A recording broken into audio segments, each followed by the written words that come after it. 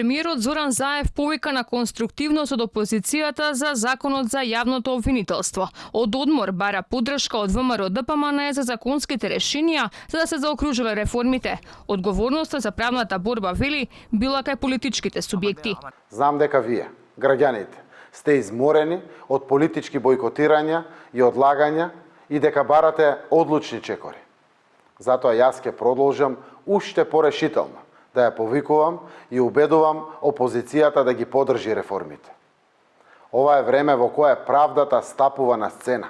Време во кое не смее да има штедење во борбата против криминалот и корупцијата. Никој не е привилегиран и никој нема да биде амнестиран.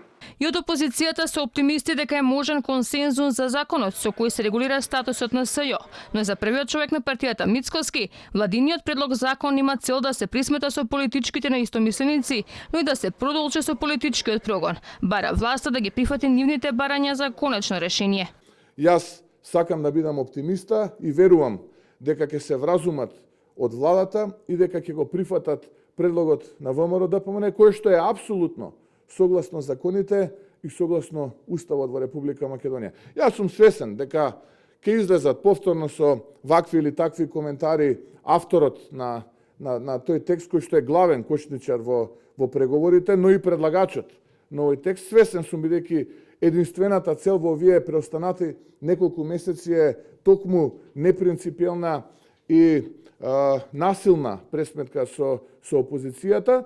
Тимот на опозицијата не прифаќа Русковска да биде шефица на новото обвинителство во кое треба да се инкорпорира СЈО. Според ВМРО ДПМН, сите обвинители треба да бидат именувани од матичната собраниска комисија, но и досегашните обвинители од СЈО да не бидат префрлени во новата институција. Еден од најгорливите проблеми останува барањето на опозицијата да не бидат прифатени истрагите отворени по јуни 2017. За власта пак барањето на опозицијата биле во насока на демонтирање на СЈО и обвинителството за организиран криминал.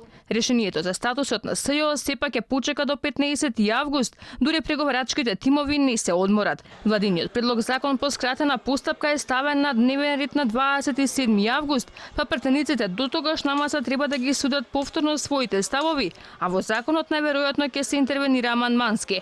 Годишните одмори ги одложија и преговорите за законот за попис. Претениците не почна ниту дебата, ама не се ниту начисто кој треба да го спроведе попишувањето. Опозицијата бара независно тело, а власта пак Државниот завод за статистика. Спорен е и начинот на попишување, односно наместо досегашната идеја на статистика да може да се попишуваат сите државјани само со матичен број, опозицијата бара попишувањето да се оспроведува само со валидни лични документи. Сепак прецизирањето на овие детали ќе почекаат.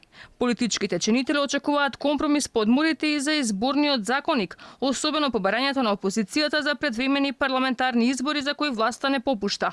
ВМРО ДПМН притиска избори да се одржат веќе во април или мај идната година, што пак ќе значи одложување на пописот за 2021, но за власта нови избори се можни дури во октомври идната година.